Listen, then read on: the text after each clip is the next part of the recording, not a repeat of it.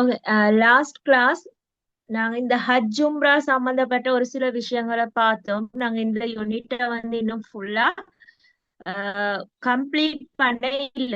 Okay, ஹஜ் உம்ரா சம்பந்தமான முக்கியமான சில விஷயங்களை வந்து பார்த்தோம். ஓகே, அதாவது ஹஜ்ஜிட அர்க்கான்கள், ஓகே, ஃபர்லுகள் என்ன, உம்ராட அர்க்கான்கள் என்ன, அதே நேரம் அதுல சுன்னத்துகள் என்ன, அதுல நாங்க என்ன விஷயங்களை வந்து நாங்க தவிர்த்து கொள்ளணும், அது சம்பந்தப்பட்ட விஷயங்களை பார்த்தோம். அதே நேரம் ஹஜ்ஜையும் உம்ராவையும் நாங்க மூன்று முறைகளை நிறைவேற்றக்கூடியதாக இது. ஓகே, அத மூன்று முறைகள் சம்பந்தமான விஷயங்களை தான் நாங்க லாஸ்ட் கிளாஸ் படிச்சோம். ஓகே, அப்ப நாங்க இன்றைக்கு வந்து இந்த உம்ராவை நிறைவேற்றக்கூடிய முறை எப்படி, அதே நேரம் நாங்க ஹஜ் செய்யறதாக இருந்தா நாங்க அந்த ஹஜ் எப்படி நிறைவேற்றணும், அது சம்பந்தமான விஷயங்களை தான் நாங்க இன்றைக்கு பார்க்க போறோம். ஓகே, உங்களுக்கு தெரியும் நாங்க இப்ப இருந்து கொண்டிருக்கிறதும் கூட ஒரு முக்கியமான ஒரு இஸ்லாமிய மாதமாக காணப்படுது. ஏன்னா துல்ஹஜ் மாதத்துலதான் நாங்க இருக்கிறோம். அப்ப இது வந்து ஹஜ்ஜினுடைய காலப்பகுதி.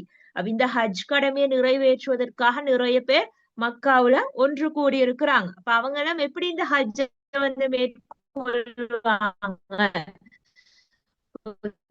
அந்த நாங்க பார்க்க போறோம். இதுல முதலாவது நாங்க பார்க்க போறது வந்து உம்ராவை நிறைவேற்றக்கூடிய முறைமை. ஓகே, உம்ராவை செய்யறதுக்கு முதல்ல வந்து இஹ்ராம் வந்து அணிவாங்க தானே. இப்ப நாங்க ஏற்கனவே பார்த்தோம், இஹ்ராம் ஒன்று கூடுவாங்க. ஏன்னா அதே மாதிரி இலங்கை வாசிகள் வந்து எந்த இடத்துல இஹ்ராம் அணிந்து அந்த நியத்தை வைப்பாங்க? எல்லாம் தான். Okay, good. யலம்ல அந்த இடத்துக்கு போய் தான் இஹ்ராம் அணிந்து நியத்தை வைப்பாங்க. அப்ப இஹ்ராம் எல்லாம் அணியறதுக்கு முதல்ல ஒரு உம்ரா செய்யக்கூடிய ஒருத்தர் அவங்களோட நகம் எல்லாம் வெட்டி, உடம்புல இருக்கக்கூடிய ரோமம் எல்லாம், முடிகள் எல்லாம் களைத்து, நல்ல முறையில குளித்து, நாங்க பார்த்தோம் குளிக்கிறதும் வந்து ஒரு சுண்ணத்தான ஒரு விடயம். அதே நேரம் மனம் பூசணும். இப்ப இஹ்ராம் அணிஞ்சு நியத்து வச்சதுக்கு பிறகு மனம் பூச இயலாம். அதுக்கு முதல்ல மனம் பூசி நியத்தை வச்சு 2 ரகா சுண்ணத்தை தொழுதுட்டு இஹ்ராம் வந்து அணிவாங்க. ஓகே, இதுல குறிப்பாக ஆண்கள் வந்து கட்டாயமாக தைக்கப்படாத வெண்மை நிறம் கொண்ட ஆடைகளை தான் அணிய வேணும். ஓகே, தைக்கப்படாத ஆடைகளை தான் ஆண்கள் வந்து அணிந்து கொள்ள வேணும். அதே நேரம் பெண்களுக்கு வந்து தைக்கப்பட்ட ஆடைகளை வந்து அணிந்து கொள்ள முடியும். அதாவது இஸ்லாம் எங்களுக்கு எப்படி அங்கீகரித்திக்குதோ, எங்களோட அவுரத்துகள் எல்லாம் மறைச்சு எப்படி எங்களுக்கு இஸ்லாம் அங்கீகரித்திக்குதோ அந்த மாதிரி பெண்கள் வந்து தைக்கப்பட்ட ஆடைகளை வந்து இஸ்லாம் அங்கீகரித்த முறையில வந்து அணிந்து கொள்ளலாம். ஆனா ஆண்கள் வந்து தைக்கப்படாத வெள்ளை நிற ஆடைகளை தான் அணிந்து கொள்ள வேணும். அதே நேரம் இவங்க மக்கால கஹபத்துல்லாவை அடைஞ்சதும் இந்த ஹஜருல் அஸ்வத் கல் இருக்குதுன்னு, ஹஜருல் அஸ்வத்துல இருந்து அதே நேரம் அது முடியாதுன்னு அதுக்கு நேரா நின்று கஹ்பாவை என்ன செய்வாங்கன்னு சொன்னா இடப்பக்கமாக 7 முறை சுற்றி வருவாங்க. நாங்க அதுதான் தவாபுன்னு சொல்லுவோம். தவாபுன்னு சொல்றது கஹ்பாவை வலம் வருதல் அல்லது கஹ்பாவை சுற்றி வருதல் தான் தவாபுன்னு சொல்றோம். அதாவது முடியுமான அளவு ஹஜருல் அஸ்வத் கல்லுக்கு நேராக இருந்து தவாப் செய்வாங்க. எல்லாருக்கும் அந்த பாக்கியம் கிடைக்காது. அப்ப ஹஜருல் அஸ்வத் கல்லுக்கு நேராக இருக்க முடியாத பட்சத்துல அந்த கஹ்பாக்கு முன் நின்று அவங்க இடப்பக்கமாக 7 முறை வந்து வலம் வருவாங்க. ஓகே, அதைத்தான் நாங்க தவாபுன்னு சொல்லி நாங்க அழைக்கிறோம். ஓகே, அப்படி தவாப் செய்யற நேரம் இந்த உம்ரா செய்யக்கூடிய இந்த ஹாஜிகள் வந்து என்ன ஓதுவாங்க?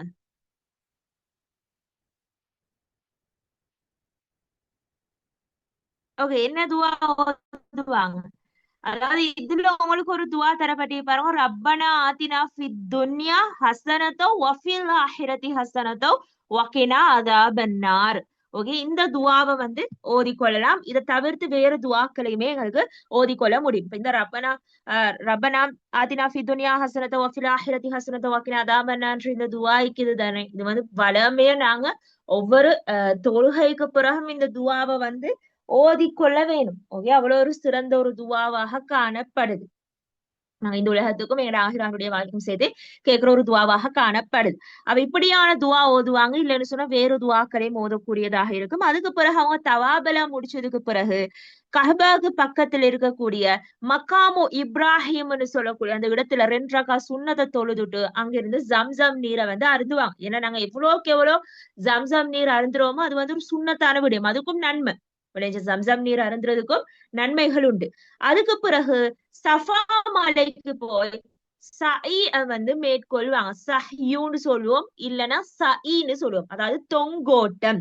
ஓகே, தொங்கோட்டத்தை தான் நாங்க சைன்னு சொல்லுவோம் அல்லது சஹ்யூன்னு சொல்லி நாங்க குறிப்பிடுவோம். அப்போ சஃபா மலைக்கு போய் இந்த தொங்கோட்டத்தை வந்து ஆரம்பிப்பாங்க. அதாவது சஃபால இருந்து மருவாவுக்கும் மருவால இருந்து சஃபாவுக்கும் 7 முறை ஓடுவாங்க. ஓகே, சஃபா மருவா மலைகளுக்கு இடையில தான் இந்த தொங்கோட்டம் இடம்பெறும். அப்ப 7 முறைகள் வந்து ஓட வேணும். அப்ப இந்த வேலையில இவங்க என்ன செய்வாங்க? தஸ்பீஹ்ல தஹ்மீத் தக்பீர் தஹ்லீல். தஸ்பீஹ்னு சொன்னால் என்ன? தஹ்மீத் அல்ஹம்துலில்லாஹ், தக்பீர் அல்லாஹு அக்பர், தஸ்பீஹ் சுப்ஹானல்லாஹ், தஹ்லீல்னு சொல்றது லா இலாஹ இல்லல்லாஹ் முஹம்மது ரசூலா. இப்படியானவற்றை வந்து எங்களுக்கு மொழியலும் இதெல்லாம் சொல்லிக்கொண்டு எங்களுக்கு அந்த சைய வந்து மேற்கொள்ளக்கூடியதாக இருக்கும். அதே நேரம் சஃபா மருவா மலைகள்ல கேட்க வேண்டிய சொல்லி சில துவாக்களும் காணப்படுது. அந்த துவாக்களும் வந்து நாங்க கேட்க வேண்டும். இப்போ வளமையா நாங்க ஒரு உம்ரா ஒரு ஹஜ்ஜ நாங்க மேற்கொள்றோம் அப்படின்னு சொன்னா கட்டாயமா நாங்க ஒருத்தட வழிகாட்டுதலின் கீழே தானே அதை மேற்கொள்வோம். ஓகே, அப்ப அதை கைட் பண்றதுக்கு இருக்கிறாங்க. குறிப்பிடுவாங்க. இந்த அவங்களோடு சேர்ந்து என்ன செய்வாங்க? இந்த உம்ராவ ஹஜ்ஜ மேற்கொள்ளக்கூடியவங்க வந்து ஓதுவாங்க. அப்ப அப்படியானதுக்கு பிறகு வந்து அவங்களோட தலைமுடிய வந்து வெற்றதோடு இந்த உம்ரா வந்து முழுமை அடையும். ஓகே, அப்ப உம்ரான்னு சொல்லிட்டு இவ்வளவு விஷயங்களை கொண்டதுதான். அதே நேரம் மகாமு இப்ராஹிம் இடத்துல 2 ரகா சுன்னத்தை தொழுகிறது, ஜம்சம் தண்ணீரை குடிக்கிறது, சஃபா மருவா மலைகளுக்கு இடையில 7 முறை சஹியூ செய்யறது. ஓகே, இதெல்லாம் தான் ஒரு உம்ராவை நிறைவேற்றக்கூடிய ஒரு முறையாக காணப்படுது. இப்ப ஹஜ் எப்படி செய்யணும்னு சொன்னா இது உம்ராவை விட ஒரு வேறுபட்ட ஒரு விடயமாகத்தான் காணப்படுது. ஹஜ் வந்து எப்ப ஆரம்பிக்குதுன்னு சொன்னா துல் ஹஜ் பிறை 8. ஓகே, பிறை 8ல தான் ஹஜ் வந்து ஆரம்பிக்கப்படுது. பிறை 9 என்ன நாள்? ஆஹ் பெண்ணால் பிறை 9 பெருநாளா அல்லது அரஃபாவினுடைய தினமா? அரபாவின் தினம் டீச்சர். Okay okay good. அரஃபாவினுடைய தினம் பிறை 9 வந்து அரஃபாவினுடைய தினம். பிறை 10 தான் பெருநாள். ஓகே, பிறை 10 தான் துல்ஹஜ் பெருநாளாக காணப்படுது. அப்ப ஹஜ் கடமை வந்து இந்த பிறை துல்ஹஜ் பிறை 8ஆம் நாளோடுதான் ஆரம்பிக்குது. அப்ப அந்த என்ன செய்வாங்க? இந்த ஹாஜிகள் எல்லாம் குளித்து சுத்தமாகி மணமெல்லாம் பூசி நல்ல நியத்தை வச்சு இஹ்ராம் வந்து அணிந்து இஹ்ராம் அணியக்கூடிய இடத்துல இருந்து தல்பியாவை சொல்லிக்கொண்டு இப்ப லெப்பைக் அல்லாஹும்ம லெப்பைக் இதெல்லாம் தல்பியா. இந்த தல்பியாவை எல்லாம் சொல்லிக்கொண்டு மினாவுக்கு போவாங்க. ஓகே, பிற 8ஆம் நாள் மினாவுக்கு போவாங்க. மினாவுக்கு போய் அங்க என்ன செய்வாங்கன்னு சொன்னா லுஹரையும் அங்கதான் நிறைவேற்றுவாங்க. ஓகே, லுஹர் அசர் மஹ்ரிப் இஷா இதெல்லாம் தொழுதுட்டு அடுத்த நாளுக்குரிய சுபஹ் தொழுகையும் அங்கதான் நிறைவேற்றுவாங்க.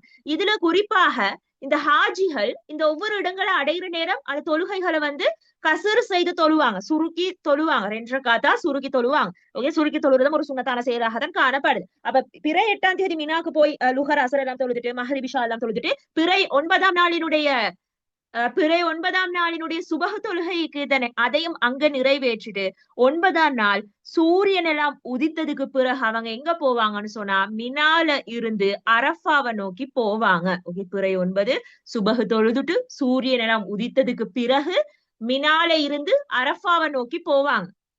ஓகே, ஏன்னா பிறை 9 வந்து அரஃபாவினுடைய நாள். ஏன்னா ஹஜ்ஜினுடைய அர்கான்கள்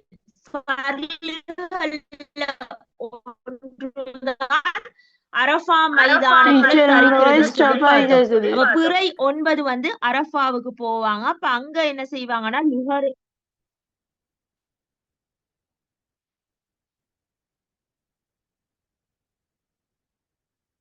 ஓகே, இப்ப நான் பேசுறது விளங்குதா? ஆம் டீச்சர்.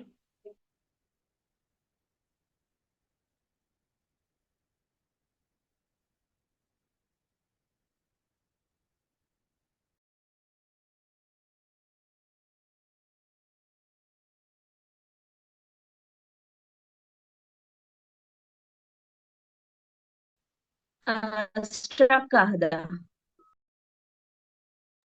ஆம் டீச்சர், லைட்டா ஸ்டக் ஆகி வருது.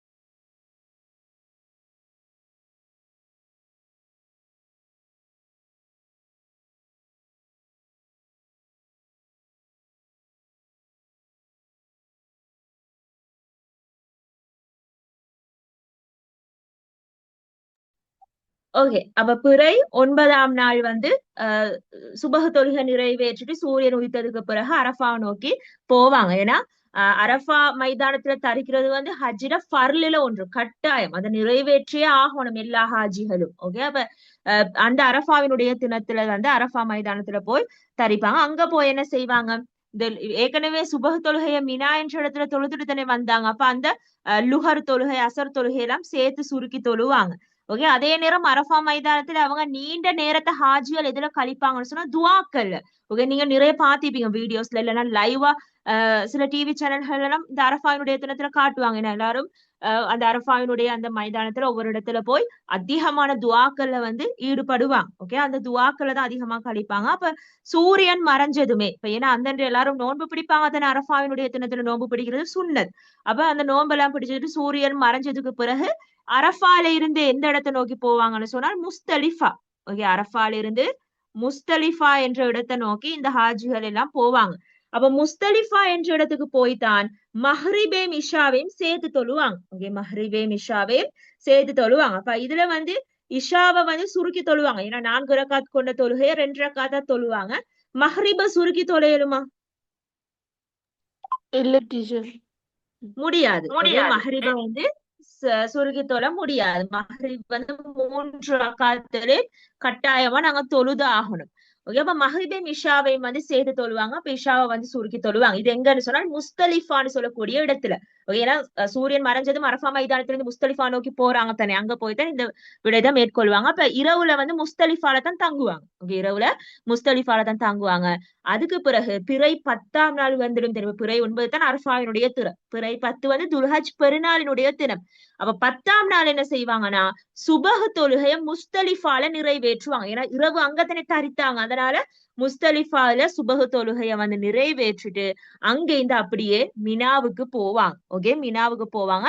ஏன்னு சொன்னால் அந்த 3 ஜம்ராக்களுக்கு இதனை நாங்க லாஸ்ட் பார்த்தோம். அது என்னென்ன ஜம்ராக்கள் சொல்லுங்க பாப்போம்.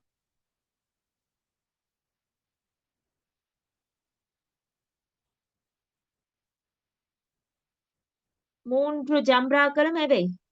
ஜம்ரத்துல் அகபா, ஜம்ரத்துல் வுஸ்தா, ஜம்ரத்துல் ஊலா. ஞாபகம் வச்சுக்கொள்ள வேணும். ஓகே, இந்த 3 ஜம்ராக்களை வந்து எறியறதுக்காக என்ன செய்வாங்கன்னா முஸ்தலிஃபான்ற இடத்திலேயே கற்கள் எல்லாம் பொறுக்கி கொண்டு மினாவுக்கு போவாங்க. ஓகே, மினாவுக்கு சென்று லுஹர் தொழுகைக்கு முதல்ல ஜம்ரத்துல் அகபா என்ற இடத்துக்கு போய் அங்க 7 கற்களை எறிவாங்க. ஓகே, லுஹர் தொழுகைக்கு முதல்ல ஜம்ரத்துல் அகபா என்ற இடத்துக்கு போய் அங்க 7 கற்களை எறிவாங்க.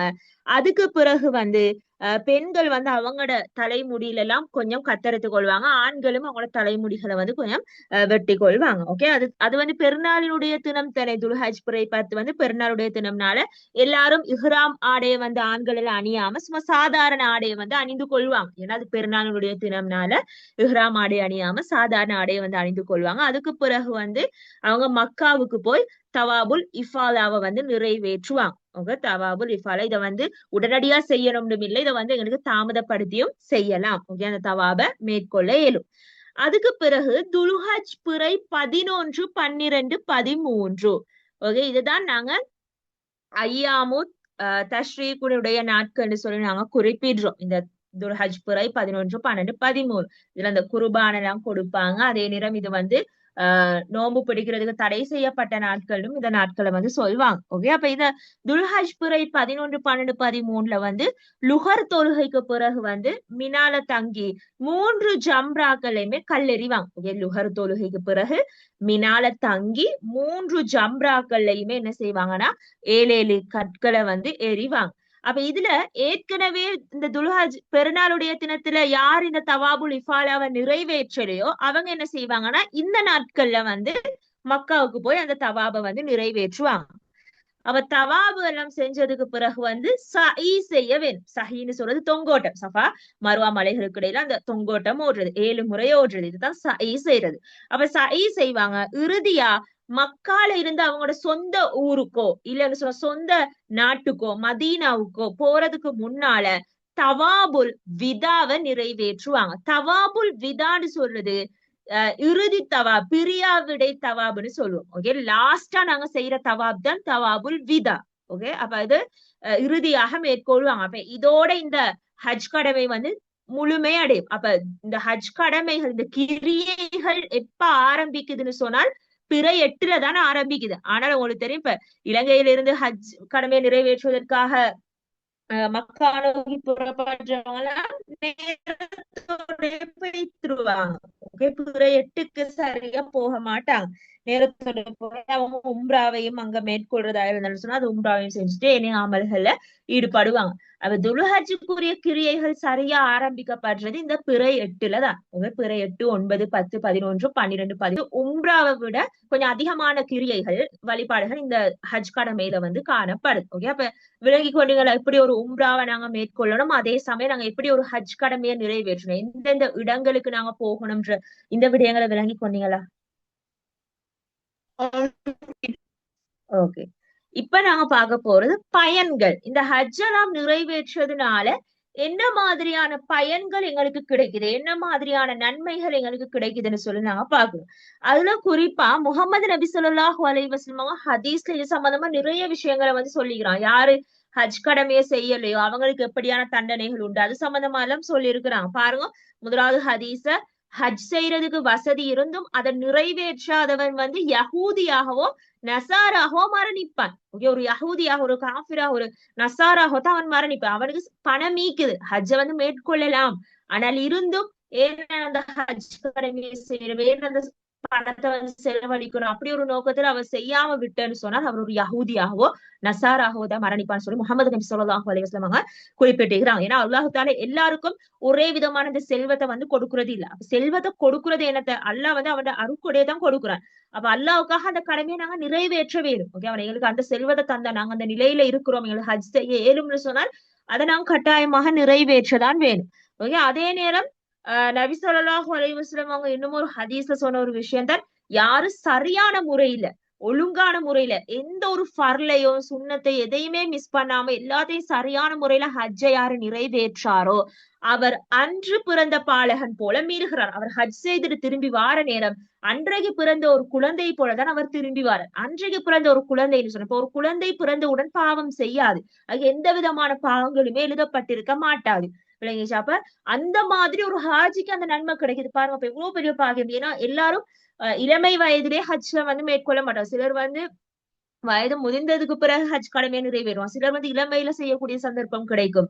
ஓகே, அப்ப அவங்க எவ்வளவு காலம் நிறைய பாவங்கள் எல்லாம் ஈடுபட்டிருப்பாங்க, அது தெரிஞ்சோ தெரியாமலோ நிறைய பாவங்கள் அவங்களுக்கு எழுதப்பட்டீங்க. அப்ப அவங்க ஹஜ்ஜ சரிவர ஒழுங்கான முறையில அவங்க செஞ்சுட்டு வராங்கன்னு சொன்னால் அவங்க அன்றைக்கு பிறந்த ஒரு குழந்தை போல அவங்களோட பாவங்கள் எல்லாமே மன்னிக்கப்பட்டு எதுவுமே எழுதப்படாம திரும்பி வராங்க. அப்ப அத ஹஜ் செய்ததுக்கு பிறகு அவங்க அந்த வாழ்க்கையை அப்படியே அவங்க மெயின்டைன் பண்ணினு சொன்னா அவங்களுக்கு எந்த விதமான பாவங்களுமே கிடைக்க பெற மாட்டாங்க. இதைத்தான் நபி அவங்க வந்து குறிப்பிட்டிருக்கிறாங்க.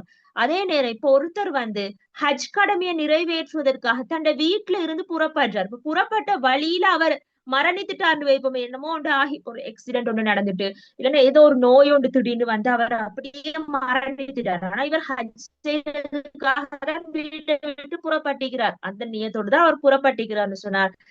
அவருக்கு அந்த ஹஜ் செய்த நற்கூலி வந்து கிடைக்க பெறும். ஓகே, அவருக்கு அந்த ஹஜ் செய்த நற்கூலி வந்து கிடைக்க பெறும்.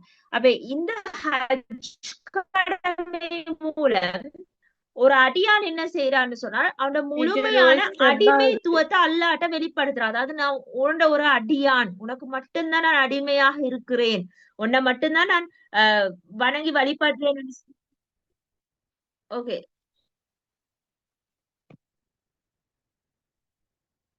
இப்ப எப்படி பேசுறது விளங்குதா?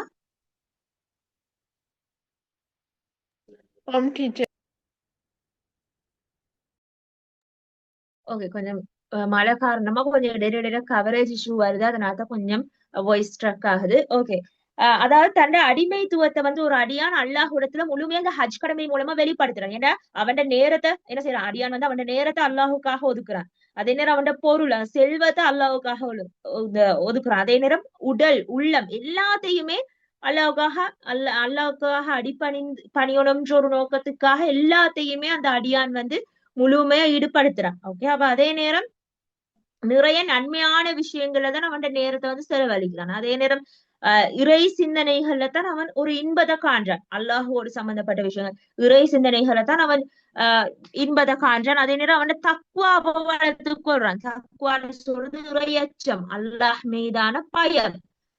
அவனோட தக்வா அவன் வளர்த்துக் கொள்றான். அதே நேரம் சகோதர முஸ்லிம்களோடு ஒன்றிணைறான். அப்ப சகோதரத்துவம் இந்த ஹஜ் கடமை மூலம் வளர்க்கப்படுது. ஏன்னா எல்லா நாடுகள் உலகத்துல எந்தெந்த மூலைகள்ல இருந்தும் அல்லாஹ்வால நாடப்பட்டவங்க தெரிவு செய்யப்பட்ட அந்த ஹஜ் கடமை நிறைவேற்றுவதற்காக வருவாங்க. அப்ப அந்த இடத்துல நீ வெள்ளையா, நீ கருப்பு நிறத்தை கொண்டதா, நீங்க எந்த மொழிய பேசுறீங்க, தமிழ் மொழிய பேசுறவர், அரபு மொழிய பேசுற, இப்படி எந்தவித பாகுபாடுமே பார்க்கப்பட மாட்டாது. எல்லாருமே அல்லாஹ்ட அடியான்கள். ஏன்னா இப்ப எல்லாரும் இப்ப இந்த ஹஜ் கடமை எங்களுக்கு மெயினா எதை ஞாபகப்படுத்துதுன்னு சொன்னா எங்களோட ஆஹிராவினுடைய வாழ்க்கை, மறுமையைத்தான் நினைவுபடுத்துது. இப்ப அரஃபா மைதானத்துல எல்லாம் ஒன்று கூட்டுற மாதிரி தான் மஹஷர் வெளியில எல்லாருமே ஒன்று கூட்டப்படுவோம். இப்ப அந்த நேரத்துல எங்களுக்கு பக்கத்துல எங்களுடைய உறவினர், எங்களுடைய நண்பர்கள் இருப்பாங்கன்னு இல்ல. ஓகே, எல்லாரும் தான் ஒன்று கூட்டப்படுவாங்க. அப்ப அந்த நேரத்துல எல்லாம் அந்த ஒரு சகோதரத்துவம் ஒன்று காணப்படுறதுனால தான் இந்த ஹஜ் கடமை. இப்ப ஹஜ் செய்யறேன்னு சொன்னால் இப்ப கஹ்பாவை தவாப் செய்யறாங்க, வலம் பாருங்கன்னு சொன்னால் ஓகே, வெள்ளையான மனிதர்கள் மட்டும் ஒரு பக்கமா வரணும், கருப்பு நிறத்தவங்க ஒரு பக்கமா வரணும், அதே நேரம் அரபு மொழியை பேசக்கூடியவங்க ஒரு பக்கத்தால வரணும், ஏனைய மொழிகளை பேசக்கூடிய ஒரு பக்கத்தால வரணும். எங்கேயுமே சட்டங்கள் போடப்பட்டும் இல்ல, போடப்படவும் மாட்டாது. எல்லாரும் ஒன்றிணைந்து எல்லாருக்கும் ஒன்றுக்குள்ளாகிதான் என்ன செய்வாங்க, தவாப மேற்கொள்வாங்க. எல்லா கிரியைகளையுமே அவங்க மேற்கொள்வாங்க. ஓகே, அந்த இடத்துல சகோதரத்துவம்னு சொல்றது வளர்க்கப்படுது. ஒரு ஒற்றுமை ஒன்று ஏற்படுது, விட்டு கொடுக்கக்கூடிய ஒரு மனப்பான்மை வரும். ஒருவருக்கு ஒருவர் உதவி செஞ்சு கொள்வாங்க, விட்டு கொடுப்பாங்க, சகித்து கொள்வாங்க. எவ்வளவு ஒரு இப்ப தவாப் செய்யற நேரம்னா எவ்வளவு நெருக்கங்கள், எவ்வளவு கஷ்டங்கள் எது வந்தாலும் அதை சகித்து கொள்ளக்கூடிய ஒரு தன்மை வரும்.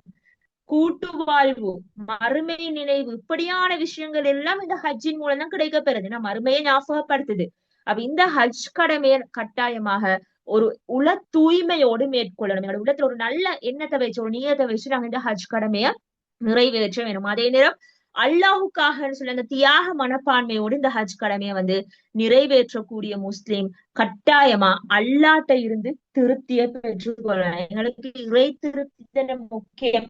எந்த ஒரு காரியத்தை நாங்க செஞ்சாலும், எந்த ஒரு அமலை நாங்க மேற்கொண்டாலும் எங்களுக்கு கட்டாயமா இறை திருப்தி தான் தேவை. அப்ப இறை திருப்தியை பெற்று நாங்க அல்லாஹ்விடத்துல உயர்த்தப்படுவோம். அப்ப ஹஜ்ஜை நாங்க கட்டாயமாக முறையாக ஒழுங்குமுறையை பேணி நாங்க அதை மேற்கொள்ள வேண்டும். அப்ப ஹஜ்ஜை ஏனைய இபாதத்துகளோடு இந்த இமாம் அபு ஹனீஃபா ரஹ்மத்துல்லா அவங்க ஒப்பிட்டு பாக்குற நேரம் அவங்க சொன்ன ஒரு விஷயம் தான், ஹஜ்ஜுன்னு சொல்றது எல்லா இபாதத்துகளுடைய இயல்புகளை உள்ளடக்கி சிறந்த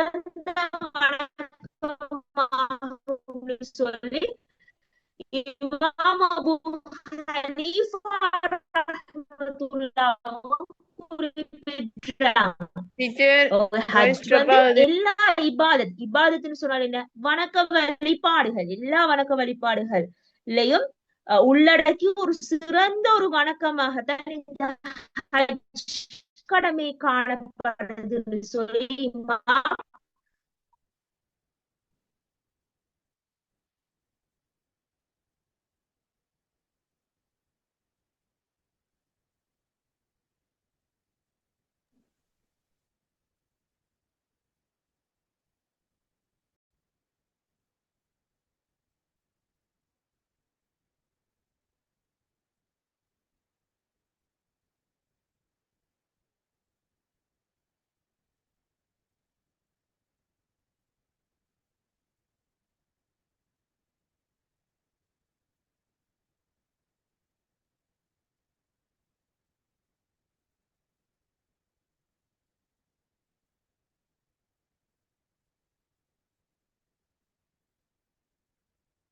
பேசுறது விளங்குதா பிள்ளைகள்?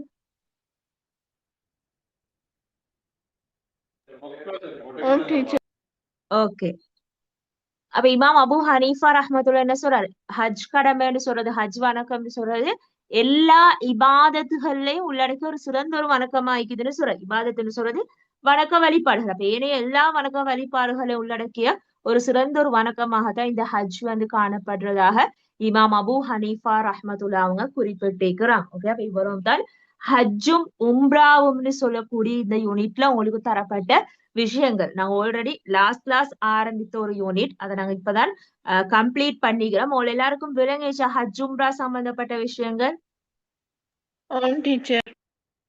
ஓகே,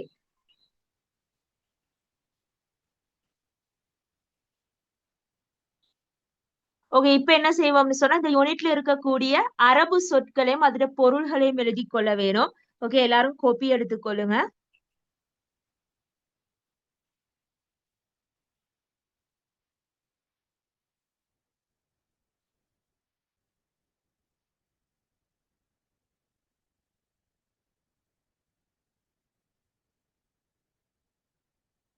முதலாவது சொல் போடுங்க. அருக்கான்கள். அருக்கான்கள். அருக்கான்கள். பிரகட்ல ஃபர்லுகள்னு போடுங்க. பிரகட்ல ஃபர்லுகள்.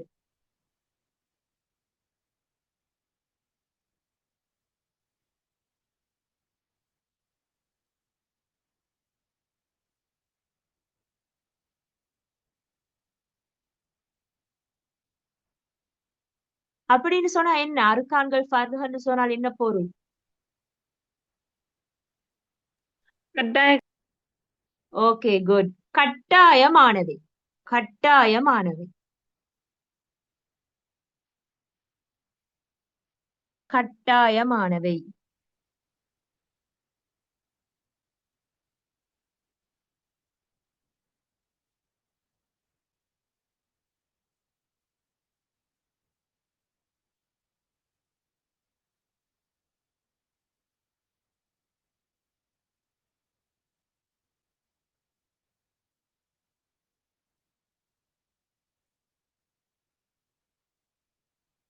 ஓகே, அடுத்த சொல் போட்டுக்கொள்ளுங்க. ஃபித்யா. ஃபித்யா. அடுத்த சொல் ஃபித்யா.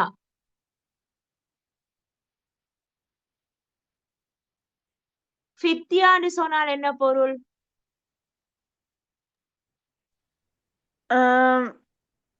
ஹஜ்ஜின் அர்கான்கள் ஏதாவது ஒன்று விட்ட வாஜிபல்ல ஏதாவது ஒன்றை விட்டா அதுக்காக செய்யறது டீச்சர். ஓகே, அதாவது சுருக்கமா சொல்லணும், குற்றப்பரிகாரம். குற்ற பரிகாரம். ஃபித்யான்னு சொல்றது குற்ற பரிகாரம். எழுதிக்கொள்ளுங்க. குற்ற பரிகாரம்.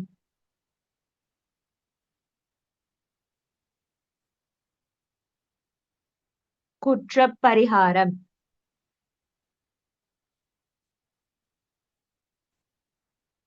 அடுத்த சொல் எழுதுங்க. மீகாத். மீகாத்.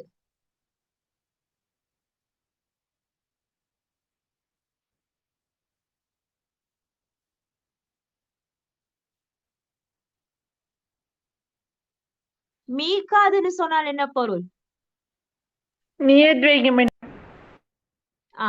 ஓகே, அதாவது இஹ்ராம் அணிய வேண்டிய இடம். ஓகே, அந்த இஹ்ராம் அணிந்து நியத்து வைக்கப்பட்ட இடம் தான் நாங்க மீகாதுன்னு சொல்லுவோம். மீகாதுன்னு சொல்றது ஒரு இடத்தை வந்து குறித்து நிக்குது. ஒரு இடத்தை குறித்து நிக்குது. அப்ப இஹ்ராம் அணிந்து நியத்து வைக்க வேண்டிய இடம் அல்லது எல்லைன்னு சொல்லி எங்களுக்கு சொல்லலாம். ஓகே, அதை எழுதி கொள்ளுங்க. மீகாத்.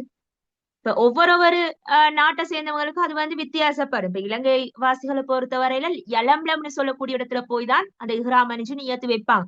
அப்ப மீகாதுன்னு சொல்றது அந்த குறிப்பிட்ட ஒரு இடம், அந்த எல்லையத்தான் குறித்து நிக்குது. அடுத்த சொல் எழுதுங்க. தவாபுல் விதா. தவாபுல் விதா.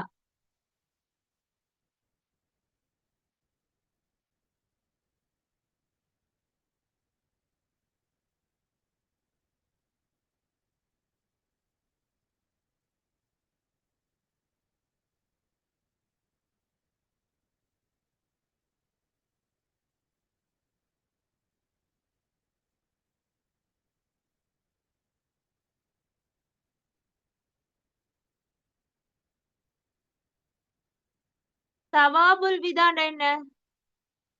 பிரியா விடைக்குரிய தவாப். Okay, good. பிரியாவிடை தவாப்.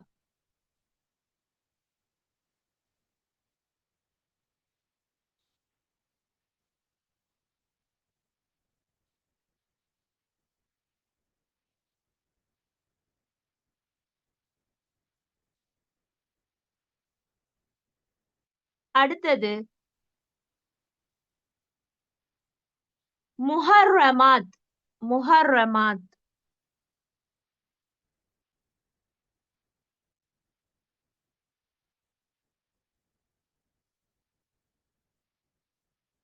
முஹர்ரமாத்னு சொன்னால் என்ன பொருள்? ஹஜ் உம்ராவின் போது தடை செய்யப்பட்டவை. ஓகே, அது ஹஜ்ஜின் முஹர்ரமாத்னு சொல்ற நேரம் அப்படி முஹர்ரமாத்னு சொல்றது தடை செய்யப்பட்டவை. தடை செய்யப்பட்டவை. முஹர்ரமாத்னு சொல்றது தடை செய்யப்பட்டவை.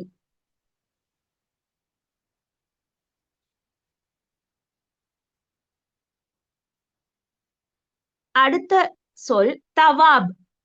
தவாப்.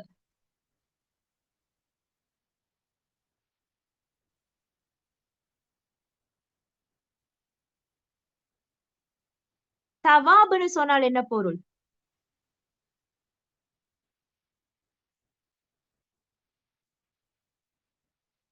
தவாப்னு சொன்னால் வலம் வருதல். வலம் வருதல். தவாப்னு சொல்றது வலம் வருதல்.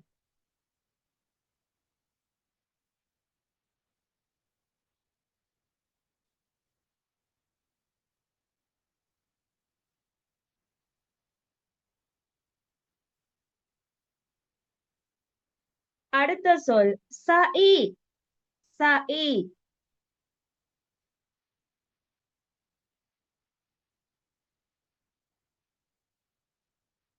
சஇன்னு சொன்னால் என்ன பொருள்? தொங்கோட்டம். Okay, good. தொங்கோட்டம். சஇன்னு சொல்றது தொங்கோட்டம்.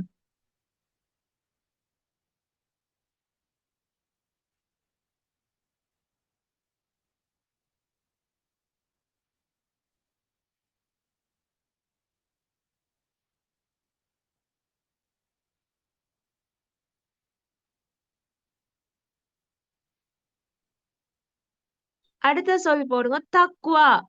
தக்வா.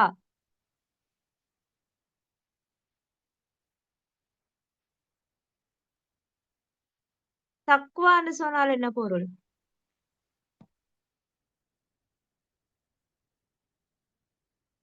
தக்வான்னு சொன்னால் என்ன? இறையச்சம். ஏன்னா தக்வான்றது இறையச்சம்.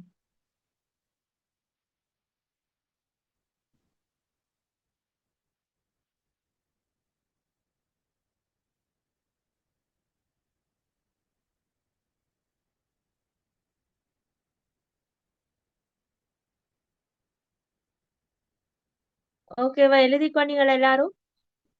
ஆம் டீச்சர். ஓகே, இப்ப நீங்க ஹஜ்ஜும் உம்ராவும் சொல்லி இந்த யூனிட் தலைப்பை போட்டு இதுல இருக்கக்கூடிய இந்த 4 வினாக்களை எழுதி குயிக்கா ஆன்சர் பண்ணுங்க. ஓகே, 8:50க்குள்ள முடியுமா இருந்த 8:50-8:55க்குள்ள நீங்க அவங்களோட ஆன்சர்ஸை வந்து எழுதி முடிங்க. அப்ப எழுதி டிஸ்கஸ் பண்ணக்கூடியதாக இருக்கும். ஓகே, எல்லாரும் எழுதுங்க.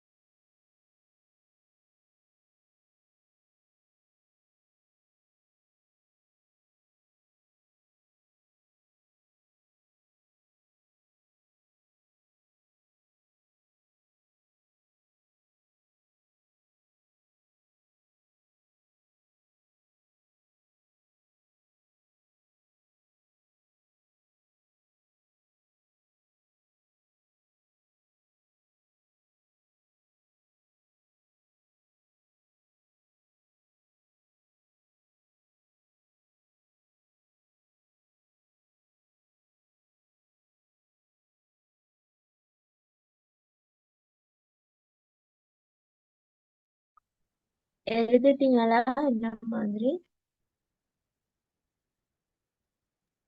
இல்ல டீச்சர், கொஞ்சம் டைம் தாங்க. ஓகே.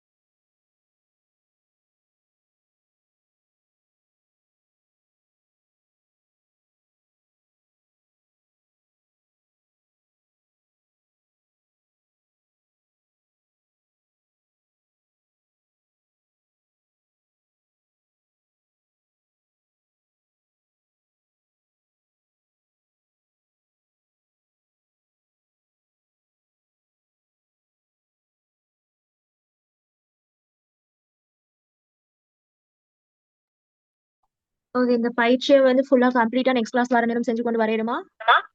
ஓம் டீச்சர். ஓகே, அப்ப இன்ஷால்லா கட்டாயமா செஞ்சு கொண்டு வாங்க. இதை நாங்க டிஸ்கஸ் பண்ணிட்டு கிளாஸ்ல புனித ஸ்தலங்கள் வந்து இன்னைக்கு வந்து ஸ்டார்ட் பண்ணுவோம். ஓகே இன்ஷால்லா. அப்ப இந்த பயிற்சியை கட்டாயமா செஞ்சு கொண்டு வாங்க. ஓகே, அப்ப எல்லாருக்கும் அஸ்ஸலாமு அலைக்கும் வரஹ்மத்துல்லாஹி வபரகாத்துஹு. வலைக்கும் அஸ்ஸலாம் வரஹ்மத்துல்லாஹி வபரகாத்துஹு டீச்சர்.